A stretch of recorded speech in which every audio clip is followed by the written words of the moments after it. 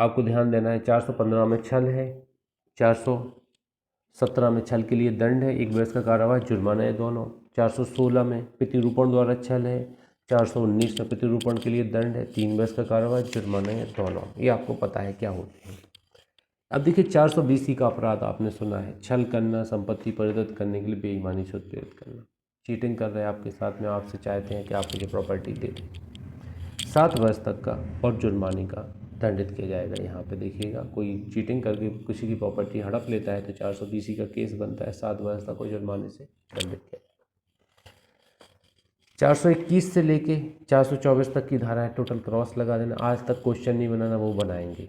फिर भी आपका अगर मन कह ही रहा है तो इनके मार्जिनल नोट थोड़ा ध्यान दीजिएगा, दंड लगभग सब में एक जैसे ही है। दृष्टि के विषय में, दृष्टि क्या होता है? जानबूझ के नुकसान कर देना। जैसे ये आपका पेन है, आपसे कहा मुझे दे दो, आपने नहीं दिया तो मैंने तोड़ दिया पेन के, तुम्हारा नहीं मेरा नहीं, तो ये क्या है? मैंने दृष्टि कर दी। आपकी अंगूठी है, मैं जानबूझ के कुएं में फेंक देता हूँ जिससे आपको ना मिल पाए, नदी में फेंक देता हूँ, आपको नुकसान। आपका बर्फ़ ग्रह है, मैं उसमें पानी छोड़ देता हूँ जिससे बर्फ़ पिघल जाए, आपको नुकसान हो जाए। ये सब दृष्टि होते हैं, जानबूझकर किसी को नुकसान पहुँचाना दृष्टि कहलाता है। बस इतना समझिएगा। 425 में 426 में इसके लिए दंड है, 3 माह का कारावास है, जुर्माना है दोनों का। ऐसे बड़े अपराध नहीं होते हैं जी, 3 माह का कारावास है, जुर्माना है दोनों है। 50 रुपये का नुकसान होता है दृष्टि द्वारा तो 2 वर्ष का कारावास, जुर्माना दोनों है। 10 रुपये के जीव जंतु का वध करने या विकलांग करने के आशय से दृष्टि, 2 वर्ष तक, जुर्माने दोनों से। 428 बता दिए। 429 ढोर या जीव जंतु का वध करने, विकलांग करने के लिए दृष्टि, 429 में 5 वर्ष तक, जुर्माने दोनों से। सिंचन संक्रम को क्षति करके जल को दोषपूर्वक मोड़ने द्वारा दृष्टि, 430 से 5 वर्ष तक, जुर्माने दोनों से। सिंचाई संक्रम मतलब नहर महर को आप डिस्टर्ब कर दिए जिससे पानी न जा पाए आपके खेतों तक, तो यहाँ पे 5 वर्ष तक, जुर्माने दोनों से दंडित करेंगे। 431, 432, 33, 34 सब क्रॉस कर दीजिएगा, बिल्कुल नहीं पढ़ना है। 435 पे आ जाएंगे। 100 रुपये का या किसी उपज की दशा में 10 रुपये का नुकसान कारित करने के आशय से अग्नि या विस्फोटक पदार्थ द्वारा दृष्टि, 435 में बताई गई। कितना दंड है यहाँ पे? अग्नि या विस्फोटक पदार्थ द्वारा दृष्टि में 7 वर्ष और जुर्माने से। उससे ज़्यादा इंपॉर्टेंट धारा है 436 जो एप्लीकेबल धारा है, ग्रह आदि को नष्ट करने के आशय से अग्नि या विस्फोटक पदार्थ द्वारा दृष्टि। किसी के घर में आग लगा देते हैं अपन, तब 436 लगती है। मोस्टली यही धारा लगाई जाती है अपराधों में। आजीवन कारावास से या 10 वर्ष तक और जुर्माने से दंडित किया जाएगा। आजीवन कारावास या 10 वर्ष तक और जुर्माने से दंडित होगा। 437 छोड़ दीजिएगा। 38, 39 आप ये भी छोड़ दीजिएगा, नहीं आते हैं। 440 देख लेते हैं। मृत्यु या अपहति कारित करने की तैयारी के पश्चात की गई दृष्टि, कितना दंड है? 5 वर्ष और जुर्माने से। अगला टॉपिक आ जाता है इसमें आपराधिक अतिचार के विषय में। 441 से 462 तक की धाराओं में दिया गया। आपराधिक अतिचार क्या होता है? अपराध करने की दृष्टि से किसी के बाड़े में घुसना, किसी की प्रॉपर्टी में घुसना आपराधिक अतिचार कहा जाता है। 447 धारा में इसके लिए दंड दिया गया है, 3 माह का कारावास है, 500 रुपये का जुर्माना है, दोनों है। आपराधिक अधिचार 441 में, 447 में दंड है कितना है? 3 माह का कारावास, 500 रुपये जुर्माना है, दोनों से दंडित किया जाएगा। 442 में गृहतिचार है, किसी के घर में घुस के अपराध करने के उद्देश्य से घुसना गृहतिचार कहलाता है। दंड 448 में है, 1 वर्ष का कारावास है या 1000 रुपये जुर्माना है, या दोनों से दंडित किया जाएगा। 1 वर्ष 1000 है दोनों। 448 यहाँ पे ध्यान दीजिएगा। देखिए 443 में प्रच्छन्न गृहतिचार है, किसी के घर में छुपकर घुसना। 453 में दंडित किया गया है, कितना है? 2 वर्ष का कारावास और जुर्माने से दंडित है। रात्रो प्रच्छन्न गृहभेदन गृहतिचार 445 में है। 444 में रात्रो प्रच्छन्न गृहतिचार, यहाँ पे 456 में दंडित किया गया, 3 वर्ष का कारावास और जुर्माने से दंडित है। 445 में गृह भेदन है जिसका दंड 453 में बताया गया, 2 वर्ष का कारावास और जुर्माना है। तो ये दंड वाली धाराएं साथ में आप लिख लीजिएगा यहाँ पे और उनको याद करने की कोशिश कीजिएगा। 6 तरीके से घर में घुसता है 445 में, और 6 तरीके से घर से बाहर निकलता है। रास्ते से घुसता है जो अतिचार द्वारा ईजाद किया गया है। सीढ़ी से घुसता है, रास्ते को खोलकर घुसता है, ताला खोलकर घुसता है, आपराधिक बल या हमला या हमले की धमकी के आधार पर घुसता है, रास्ते जो बंद हैं ऐसे रास्तों से घुसता है, या बाहर निकलते हैं इन 6 तरीकों से, तो ये गृहभेदन कहलाता है। 446 में रात्रों गृह विधान, रात में सूर्यास्त के पश्चात सूर्योदय के पूर्व किसी के घर में घुसते हैं अपराध करने के लिए, तो ये 456 में दंड दिया गया 3 वर्ष जुर्माने से।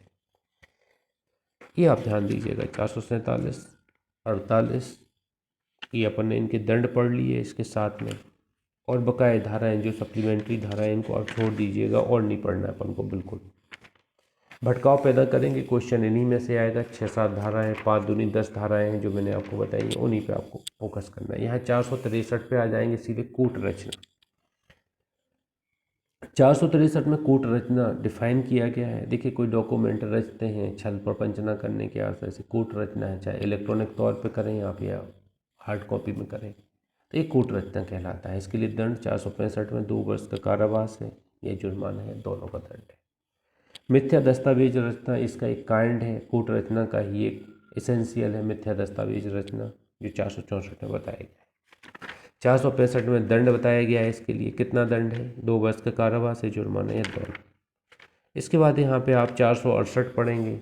66, 67 छोड़ दीजिएगा, 68 पे आ जाइएगा। छल करने के प्रयोजन से कूट रचना करना, कितना दंड है? 7 वर्ष का कारावास है और जुर्माने से दंडित किया जाएगा। 7 वर्ष का कारावास और जुर्माने से दंडित किया जाएगा।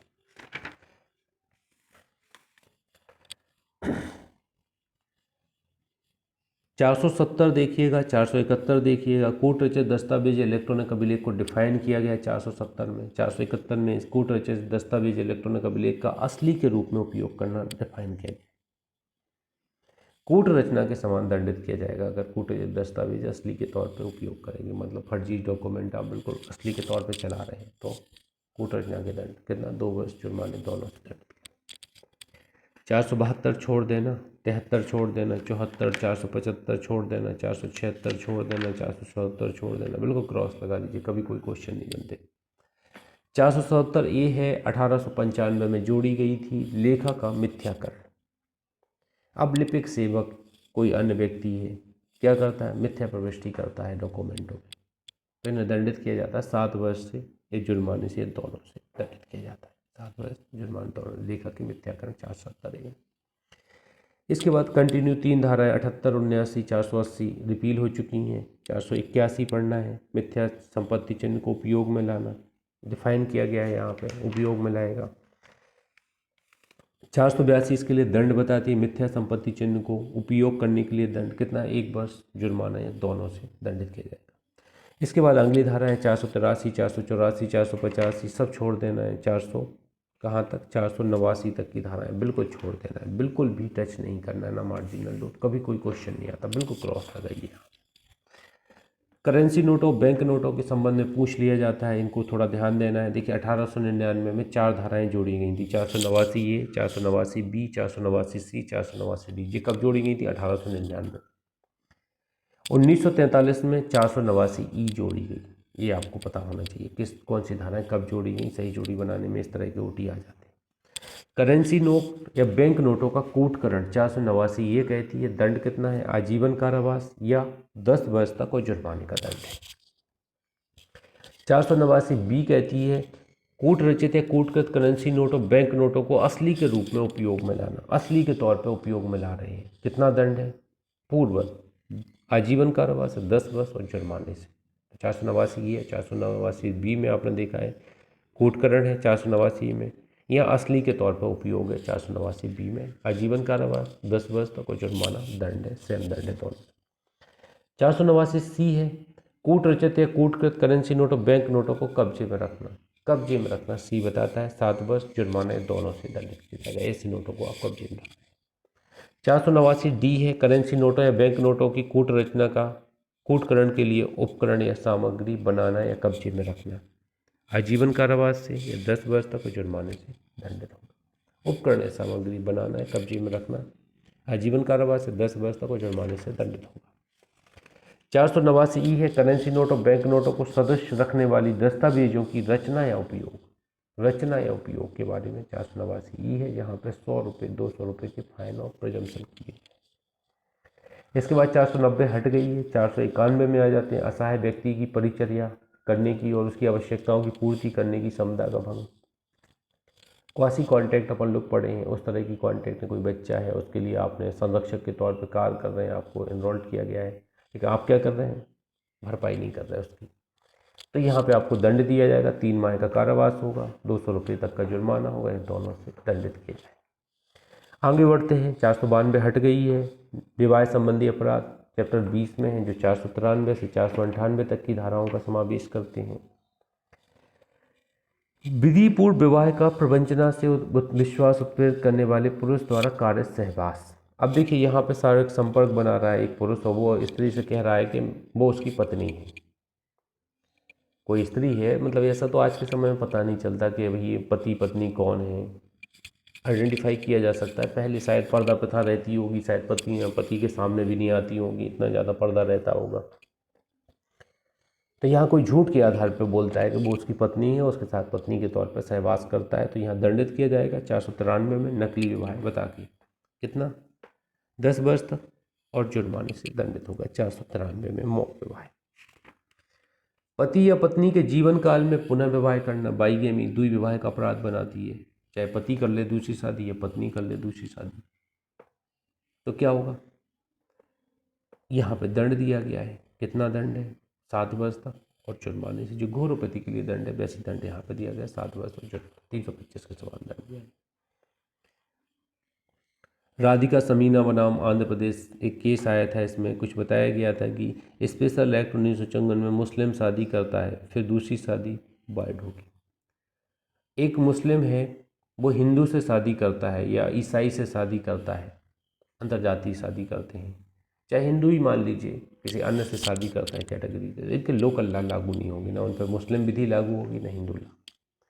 और स्पेशल मैरिज एक्ट बना है 1954 का, वो लागू होगा और एक के अलावा दूसरी शादी नहीं कर पाएंगे। ये आपको यहाँ पे राधिका समीना वर्सेस आंध्र प्रदेश में कहा गया था। वहीं अपराध पूर्ववर्ती विवाह को 495 कहती है, उस व्यक्ति को छिपाकर जिसके साथ पश्चातवर्ती विवाह किया जाता है। अब द्विविवाह करते तो हैं लेकिन अपनी पत्नी को छिपा लेते हैं।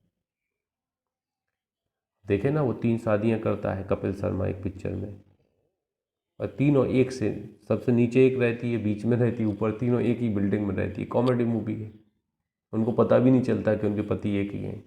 अब ऐसा कोई शादी कर ले तो 495 लगेगी, कितना दंड होगा 10 वर्ष तक और जुर्माने से दंडित किया जाएगा। द्विविवाह के लिए 7 वर्ष और जुर्माना, और छिपा कर द्विविवाह करना 10 वर्ष और जुर्माने से दंडित होगा। 496 विधिपूर्ण विवाह के बिना कपटपूर्वक विवाह कर्म पूरा कर लेना। अब ये देखिए, ये बहुत ज़्यादा फ्रॉड चलता है। लड़का लड़की, मान लीजिए लड़का फेयर नहीं है लड़की के प्रति, सिर्फ शोषण के पर्पज़ से कि शारीरिक संपर्क बनाए रखे उससे, इसलिए वो उसके साथ शादी करना चाहता है, तो कहीं जाके मंदिर में माला पहना दी, मांग भर दी, कोई है नहीं है, दोनों ने पर्सनली शादी कर ली। ऐसी शादियां देखने को मिलती हैं और इनका पर्पज क्या होता है, विवाह के बिना कपटपूर्वक विवाह क्रम पूरा कर लेना। कपटपूर्व मतलब छल करके कि मान लीजिए हम विवाहित नहीं हैं और विवाह कर लिया आपने, लड़की को पता चल जाए कि शादी होगी, इस तरह की कर्म यहाँ पे होते हैं, तो ये दंडित किए जाएंगे 7 वर्ष तक और जुर्माने से। जारकर्म एडल्टरी। अब एडल्टरी जानते थे अपन लोग, कोई शादीशुदा स्त्री है उसके साथ कोई शारीरिक संपर्क बनाता है अदर पर्सन पति से भिन्न, तो एडल्टरी माना जाता है पति की सहमति के बिना। इसको थोड़ा ये माना जा रहा था कि पत्नी के ऊपर कमांड ज़्यादा कसी जा रही है, थोड़ा अनफेयर बताया जा रहा था, तो एक केस आया जोसेफ सेने बनाम यूनियन ऑफ इंडिया 2018। मतलब ये धारा कुछ ऐसा लगती है कि मान लीजिए पत्नी कितनी अच्छी हो, अगर आपने डाउट करना शुरू कर दिया उसके ऊपर, तो उसको आज मतलब 21वीं सदी 2021 में भी अग्नि परीक्षा देनी पड़ेगी, जैसा सीता माता ने दी थी परीक्षा। तो उसका कुछ ना कुछ यहाँ पे आता है। जब सुप्रीम कोर्ट और हाई कोर्ट में बातें होती हैं, ज़्यादातर सुप्रीम कोर्ट में जब केस चलते हैं तो रामायण महाभारत पुराण वेद सबकी बातें चलती हैं, यहाँ तक कि किसी भी धर्म के ग्रंथ हो, चाहे बाइबल हो कुरान हो, सबकी बातें चलती हैं, उनके अकॉर्डिंग यहाँ पे चर्चा की जाती है। धार्मिक एस्पेक्ट और समाज का एस्पेक्ट भी देखा जाता है। तो दीपक मिश्रा CGI थे, खानविलकर साहब थे, नरीमन साहब थे, धनंजय चंचूड़, इंद्रू मल्होत्रा एक लेडीज भी थी। जोसेफ सेने यूनियन ऑफ इंडिया में इन्होंने कह दिया था husband is not the master of wife. स्वामी नहीं है हस्बैंड, हम लोग बराबर के हिस्सेदार हैं, 50% हम 50%। मतलब ऐसा नहीं होगा पति स्वामी और पत्नी सेविका, ये नहीं माना जाए, ये कॉन्सेप्ट गलत है। असंवैधानिक कर दिया जाए 497 को। 158 साल पुराना रिकॉर्ड था ये, 158 साल जब एक्ट बना था ये 1860 में, 158 साल बाद इस कानून को तोड़ा गया। जैसे नमक कानून तोड़ा गया था वैसे 497 का। लेकिन अभी मुझे एक चीज़ क्लियर नहीं है, देखो डिवोर्स में इसके ग्राउंड है एडल्टरी। एडल्टरी मतलब आप दुष्चरित्र घोषित कर दें स्त्री को तो क्या होगा, डिवोर्स हो सकता है। तो डिवोर्स के ग्राउंड में भी कोई अमेंडमेंट नहीं किया गया है, लेकिन अपन को वहाँ मान के चलना पड़ेगा। देखिए 13(2) में ग्राउंड दिए गए हैं, कितने 11 ग्राउंड दिए गए हैं जो पुरुष स्त्री दोनों को प्राप्त हैं। 4 एडिशनल ग्राउंड दिए गए जो केवल स्त्री को प्राप्त है। सेक्शन 13 में आप देखेंगे ग्राउंड हिंदू मैरिज एक्ट। 498 विवाहित स्त्री को आपराधिक आशय से फुसलाकर ले जाना या निरुद्ध रखना। अब कई लोग विवाहिता स्त्रियों को फुसला कर ले जाते हैं किसी दूसरी की शादी, आपने देखा ना, किसी की पत्नी को कोई भगा ले गया। हम लोग सब लोग वयस्क हैं, कोई बच्चा नहीं है, आप सब लोग समझते हैं, बहला फुसला कर भगा ले। ऐसा मैंने एक आध दो केस देखे हैं, बेचारे गरीब रहते हैं, आदमी की परिस्थितियां हैं, सर्वाइव नहीं होते हैं, कोई पैसे वाला है, उससे अफेक्शन हो गया है तो वो पहले पति को छोड़ के पत्नियां भाग जाती हैं।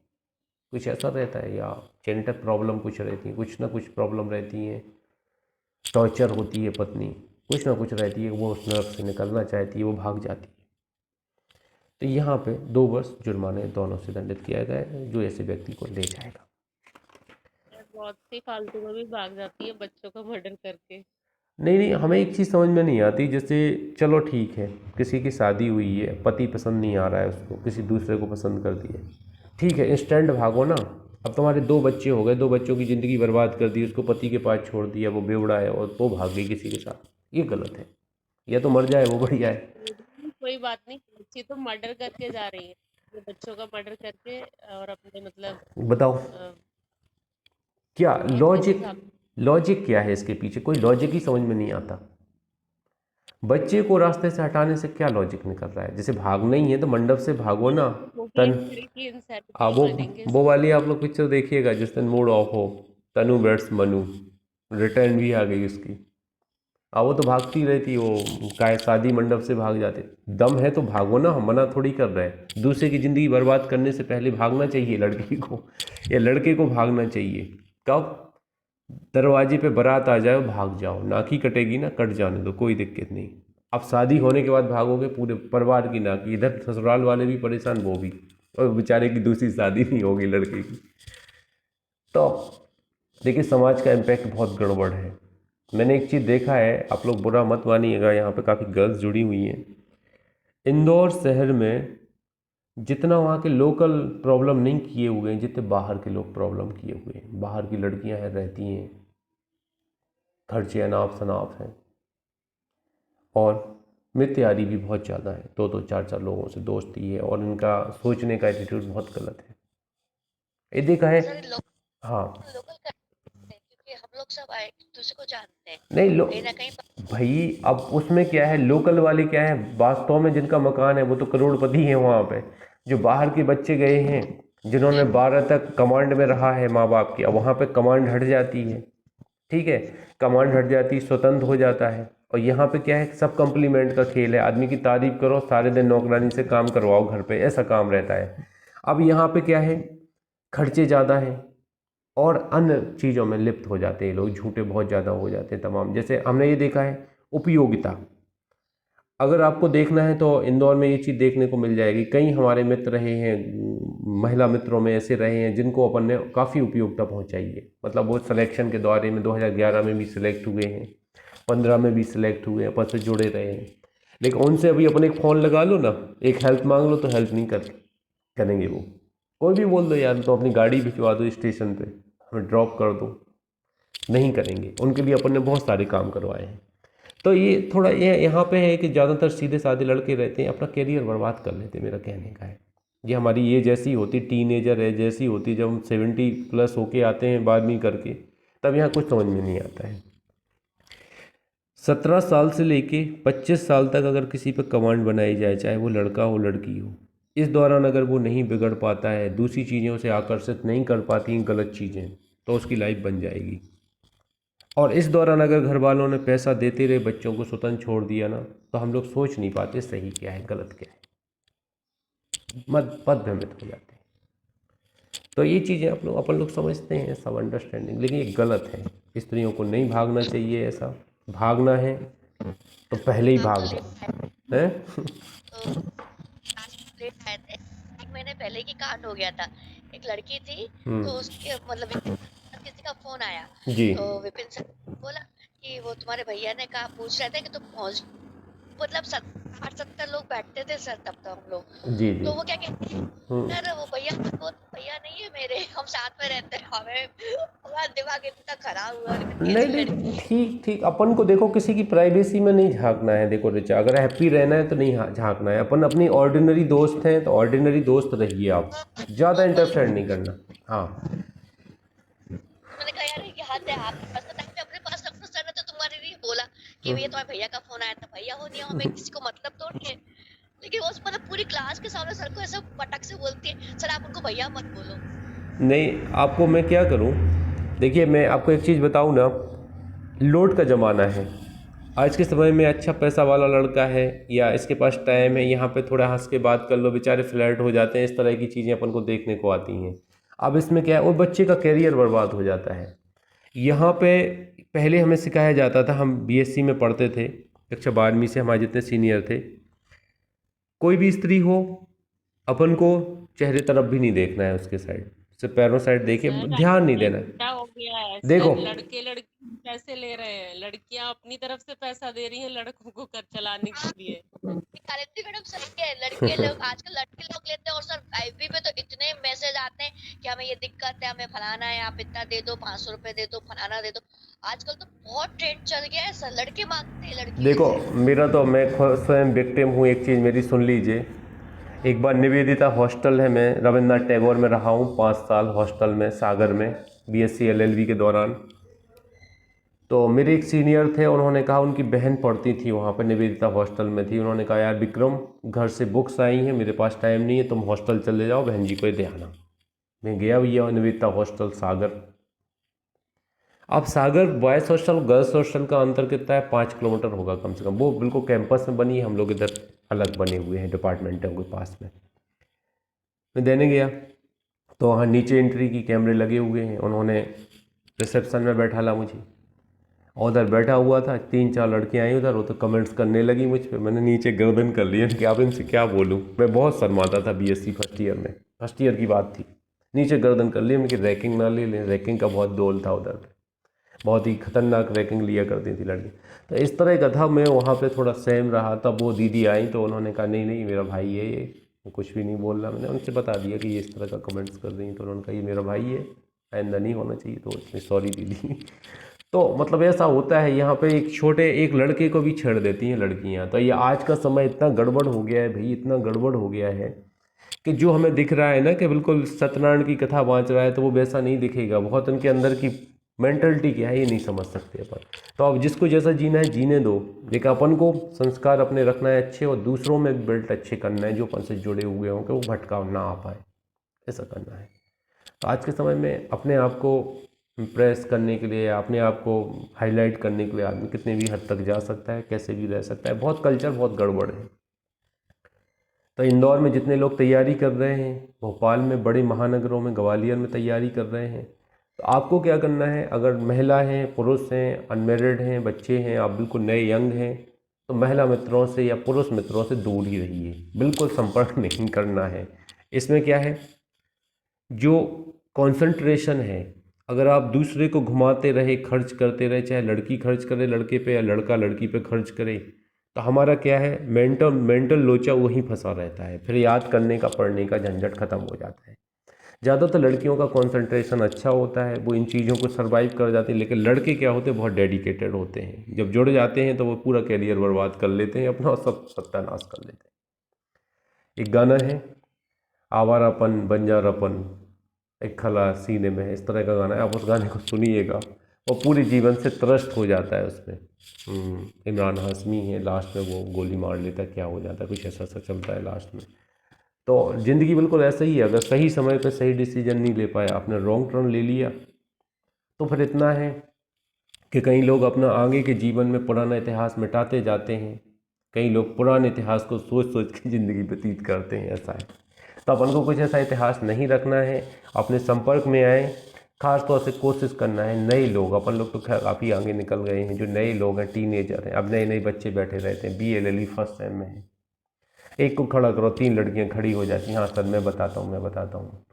मैं सोचता हूँ कि इनको प्रॉपर गाइडलाइंस मिलना चाहिए, कैसे इनकी टीनेज अब 17-18 साल की, इनको अगर अपन ने प्रॉपर गाइड कर दिया तो क्या होगा, इनका करियर बन जाएगा, ये अच्छी ज़िंदगी जिएंगे। अपन से तो कभी नमस्ते भी ना बोले चलेगा, लेकिन अच्छी ज़िंदगी, जैसे अपन लोग सब लोग हैं, हम चाहते हैं अपन सब सेलेक्ट हों, नरुन्ना एकेडमी में यादगार तौर पर तैयार वो करेंगे, ट्रेनिंग करेंगे भोपाल में, और अपनी अपनी ज़िंदगी जिएंगे। जब कभी ऐसी आवश्यकता लगी थोड़े बहुत संपर्क में रहेंगे, ज़रूरी नहीं है संपर्क में रहना, लेकिन आप अगर बेहतर ज़िंदगी जी रहे तो हमारा उद्देश्य पूरा हो गया, और आपका उद्देश्य हो गया, आपने मेरे द्वारा अगर थोड़ा मोटिवेट किया गया है, उससे आप सफल हो जाते हैं अपनी मेहनत के अकॉर्डिंग, माँ बाप के आशीर्वाद से, भगवान के आशीर्वाद से।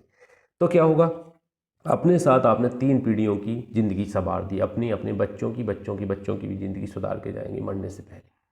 इससे बड़ा पुण्य कुछ नहीं हो सकता है। आज के समय में एक आदमी, गरीब आदमी की अपन मदद नहीं कर पा रहे, अप्रत्यक्ष तौर पे अपने आप को बिल्ड करके हम 10 लोगों की मदद करें, हम ADPO बन जाएंगे, यहाँ 10 लोगों को रोजगार देंगे, हमारी कुछ प्लानिंग है, कुछ ऐसा स्पेक्ट्रम डालना है घर के आसपास, ज़मीन जायदाद पर्याप्त है जिसमें आसपास के लोग जो परेशान हो रहे हैं उन्हें रोजगार मिले, कुछ ऐसी व्यवस्था मुझे करना है जिससे उनको रोजगार मिले, 10-50 लोगों को रोजगार मिले, वो घर पे रहें, उनका जीवन यापन चल पाए, ऐसा अपन को करना है। ऐसा नहीं करना है अपने तक जीवित रहें, क्या है मर जाना है एक दिन, तो अंत तो वही है, सिर्फ बाहरी आकर्षण है उसमें हम फंसे हुए हैं, तो जब तक चल रहा है चलने दो। चलिए टॉपिक पे आते हैं, काफ़ी अच्छा इंटरेस्टिंग सब्जेक्ट है। हम पढ़ते थे तिलक नगर में, एक सर पढ़ाते हैं, इंग्लिश पढ़ाते हैं, ऋचा वहाँ रहती हैं आसपास, शर्मा सर हैं, कौन से पोस्ट ऑफिस के पास में, उनके साथ में काफ़ी ग्रुप डिस्कशन पे गया है, चौरसिया मैडम के यहाँ भी पढ़ा हूँ, ट्रांसलेट पढ़ा हूँ, भालसे सर तो मित्र ही हैं अपने, भालसे सर के साथ तो अपन पढ़े भी हैं और पढ़ाए भी हैं क्वार्टर में, वो मेरे साथ ही पढ़ाए हैं। तो यहाँ पे ये डिस्कस होती है, लव मैरिज अच्छा है कि अरेंज मैरिज अच्छा है, इस पर डिस्कस होती थी, तो घंटों बोलते थे डैश पे जाके, 1-1 घंटे तक अंग्रेजी में बोलते थे, बहुत प्रयास किया स्पोकन में जाके अपन ने, लेकिन जब तक वो अपन कॉल सेंटर पर नौकरी ना करने लगो वो सुधरती नहीं है। हकीकत में स्पोकन सुधारना है तो आपको बिल्कुल उसमें रूबरू रहना पड़ेगा। आगे बढ़ते हैं, मानहानि पे बात करते हैं। 498 ये देखते हैं 1983 में जोड़ी गई है, क्रूरता के संबंध में है, 3 वर्ष का कारावास है और जुर्माना है। पति या पति के नातेदार द्वारा क्रूरता, 3 वर्ष का कारावास और जुर्माने से दंडित किया जाएगा। 498 ये 1983 में जोड़ी गई।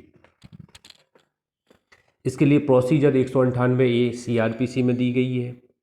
113 ए एविडेंस में भी व्यवस्था की गई कि आत्महत्या कर लेती है विवाहित स्त्री तो उत्पीड़न की अवधारणा की जाएगी। 113 ए, तो यहाँ अपराध क्रूरता के लिए 498 ए है, 3 वर्ष का कारावास और जुर्माना। चैप्टर 21 है मानहानि के विषय में, 499 से 502 तक दिया गया है। मानहानि क्या होती है? प्रकाशन होता है किसी भी शब्द और संकेतों, दृश्य रूपण द्वारा, कोई भी पब्लिकेशन है किसी व्यक्ति के बारे में जिससे उसको अपहति की जाए, उपहत की जाए, मानहानि मतलब कंटेम्प्ट किया जाए। मृत व्यक्ति की भी मानहानि हो सकती है, स्पष्टीकरण 1 कहता है। कंपनी संगम की भी मानहानि हो सकती है, स्पष्टीकरण 2 कहता है। व्यंग के आधार पर भी मानहानि हो सकती है, स्पष्टीकरण 3 कहता है। लांछन लगा के ख्याति को अपहानि करने वाले शब्दों द्वारा भी मानहानि हो सकती है। इसके दृष्टांत आप ध्यान दीजिएगा, तीनों दृष्टांत इंपॉर्टेंट है, इशारा करता है, चित्त बनाता है, घड़ी वड़ी ले जाते हुए, सब मानहानि है। 10 अपवाद है, सत्यवाद का लांछन लगाना मानहानि नहीं है। लोक सेवकों का लोकाचरण मानहानि नहीं है। लोक प्रश्नों के व्यक्ति का आचरण मानहानि नहीं है। न्यायालयों की कार्रवाइयों की रिपोर्ट का प्रकाशन मानहानि नहीं है। 5वां है न्यायालय के निर्णय या विनिश्चय का गुणागण या साक्षियों या संप्रक्त व्यक्तियों का आचरण मानहानि नहीं है। 7वां है प्राधिकार रखने वाले व्यक्ति द्वारा सद्भाव पूर्वक की गई परिनिंदा मानहानि नहीं है। 8वां है प्राधिकृत व्यक्ति के समक्ष सद्भाव पूर्वक अभियोग लगाना मानहानि नहीं है। 9वां है हितों की संरक्षा के लिए किसी व्यक्ति द्वारा सद्भाव पूर्वक लगाया गया लांछन मानहानि नहीं है। 10वां है सावधानी, किसी को सावधान अपन करते हैं कि ये सावधान रहना, भी गलत आदमी है, तो ये मानहानि नहीं है। मानहानि के लिए दंड 500 में बताया गया सादा कारावास 2 वर्ष जुर्माना या दोनों। यहाँ कारावास अच्छा है, सादा कारावास 2 वर्ष फाइन बूथ। मुद्रित उत्कीर्ण करना मानहानिकारक बातों को, सादा कारावास 2 वर्ष जुर्माना दोनों। 501 बताती 502 में मुद्रित उत्कीर्ण पदार्थ को बेचना आता है मानहानिकारक, सादा कारावास 2 वर्ष जुर्माना दोनों। चैप्टर 22 पे आ जाते हैं। आपराधिक अभितरास अपमान क्षोभ के बारे में बताती है। तो आपराधिक अभितरास क्या होता है? किसी व्यक्ति को धमकी देना, धमकाना किसी व्यक्ति को, क्षति की शारीरिक या ख्याति संबंधी, संपत्ति, शरीर, ख्याति, 3 संबंधी क्षति देना किसी व्यक्ति को या उससे जुड़े हुए व्यक्ति को, ये यहाँ पे आपराधिक अभितरास के अंतर्गत आता है। 503 में डिफाइन किया गया है। सिविल बात चलाने के लिए बी को उत्प्रेरित करने के, बी के घर को जलाने की धमकी देता है, ये आपराधिक अभितरास कहता है। दृष्टांत पूछा जाता है। लोक शांति भंग कराने को प्रकोपित करने के आशय से साशय अपमान, अपमान की धारा कौन सी है? 504 है। कितना दंड है? वही 2 वर्ष का कारावास जुर्माना दोनों। लोक दृष्टि का वक्तव्य छोड़ दीजिएगा, यहाँ पे आ जाएंगे अपन। 505 छोड़ दीजिएगा, कोई क्वेश्चन नहीं आता है इससे। 506 में आपराधिक अभितरास के लिए दंड दिया गया है 2 वर्ष का कारावास जुर्माना या दोनों। सबक्लॉज 2 इसकी कहती है धमकी मृत्यु या घोर उपैति इत्यादि कारित करने की हो। देखिए, मृत्यु कै की धमकी हो, मृत्यु कारित करने की हो पहला, दूसरा घोर उपैति कारित करने की, तीसरा अग्नि द्वारा संपत्ति का नाश करने की, चौथा मृत्यु दंड से या आजीवन कारावास से या 7 वर्ष की अवधि तक के कारावास से दंडनीय अपराध कारित करने की, या अगला है 5वां किसी स्त्री पे आसक्त का लांछन लगाने की। देखिए, अपन किसी को स्त्री को गलत साबित करते हैं, चरित्रहीन साबित करने की कोशिश करते हैं, इस तरह की धमकी देते हैं, तो इस तरह की देखी जाती हैं। तो 7 वर्ष के कारावास जुर्माने दोनों से दंडित हो गए। मार, जान से मार डालने की धमकी देते हैं, इस तरह की बात होती है। 7 वर्ष और जुर्माने या दोनों से दंडित हो गए। अनाम संसूचना द्वारा आपराधिक अभितरास, मतलब कोई फ़ोन करता है, अज्ञात आदमी आपराधिक अभितरास करता है, तो 2 वर्ष तक के कारावास से दंडित किया जाएगा। 508 छोड़ दीजिएगा। देवी अप्रसाद का भाजन 508 बताती है कि भगवान आपको गलत करेगा अगर आप ऐसा नहीं करोगे। कितना है? 1 वर्ष जुर्माना दोनों से दंडित होगा। महिला की एकांता को भंग करेगा, शब्द अंग विक्षेप कार्य जो किसी स्त्री का लज्जा का अनादर करने के लिए आश्रित हैं, तो क्या होगा? सादा कारावास 3 वर्ष तक जुर्माने से दंडित होगा। ये ध्यान दीजिएगा। स्त्री की फ़ोटो खींच लेना किसी की, उसकी अनुमति के बिना, ये आता है 509। इस तरह मान लो कई लोग खींचते रहते फ़ोटो, पता नहीं चलता है, तो ये थोड़ा ध्यान दीजिएगा। 509 में आप रोक सकते हैं बिल्कुल। सादा कारावास 3 वर्ष तक जुर्माने से। क्या मॉडिफाई किया जा सकता है, फ़ोटोओं को मिक्स किया जा सकता है, इसलिए अपनी फ़ोटो ज़्यादातर लॉक करना चाहिए। प्रोफाइल वगैरह, जैसे फेसबुक वगैरह प्रोफाइल है तो प्राइवेसी लॉक कर सकते हैं, जैसे मेरा प्राइवेसी लॉक है। अब कोई का अगर मैसेज आता है तो मैसेज में देखता हूं कि इसका पुराना प्रोफाइल है। कई लोग तुरंत प्रोफाइल बनाते हैं और उन्होंने 4 फ़ोटो डाली, अभी 12 घंटे के अंदर क्रिएट किया है, कई लोगों को भेज दिए। लड़की के नाम से बनाते हैं, लड़कों के नाम से। तो एक बार देख लिया करो ये पुराना प्रोफाइल है कि नहीं है। नया प्रोफाइल हो तो एक्सेप्ट मत किया करो, ऐसे फ्रॉड हो सकता है। अपनी इन्फॉर्मेशन को कैच कर लेते हैं वहाँ से। मत व्यक्तियों द्वारा लोक स्थान में पहुँचा, दारू पी के नाच गाने कर रहे हैं, आतंक फैला रहे, ऐसे लोग होते हैं 510 में, तो एक कारावास है 24 घंटे तक, सादा कारावास 10 रुपये जुर्माना, दोनों से दंडित किए जाएंगे। लास्ट धारा है 511 आजीवन कारावास या अन्य कारावास से दंडनीय अपराधों को करने का प्रश्न। देखिए, मृत्यु दंड का प्रश्न नहीं आता, कैसे? वो 307 में है। तो आजीवन कारावास और अन्य कारावास करने का प्रश्न है, तो यहाँ कितना कारावास होगा? आजीवन कारावास का आधा, मैक्सिमम कारावास का आधा, या जुर्माना, या दोनों से दंडित किए जाएंगे। 3 केस हैं इस पे। अभयानंद मिश्र बिहार राज्य, सुधीर कुमार मुखर्जी बंगाल राज्य, महाराष्ट्र राज्य वर्सेस मोहम्मद याकूब। मतलब अभयानंद मिश्रा, सुधीर कुमार मुखर्जी और मोहम्मद याकूब, 3 केस हैं, ध्यान दीजिएगा। 3 केस आएंगे आपके, तो लगाइएगा उपरोक्त सभी। आधा दंड मिलता है यहाँ पे कारावास के लिए। 3 दृष्टांत है, 2 दृष्टांत है, दोनों इंपॉर्टेंट है। संदूक तोड़ के खोला, खाली निकला, चोरी का प्रश्न। हाथ में जेब डाला, चुराने के आशय से, जेब में कुछ नहीं था, पर्स ही नहीं रखता वो व्यक्ति, जेब खाली, चोरी का प्रश्न। तो ये अपनी यहाँ पे धाराएं हो गई आईपीसी की। और आपको कोशिश ये करना है 299 से 511 तक की धाराओं के सभी ओटी लगाई।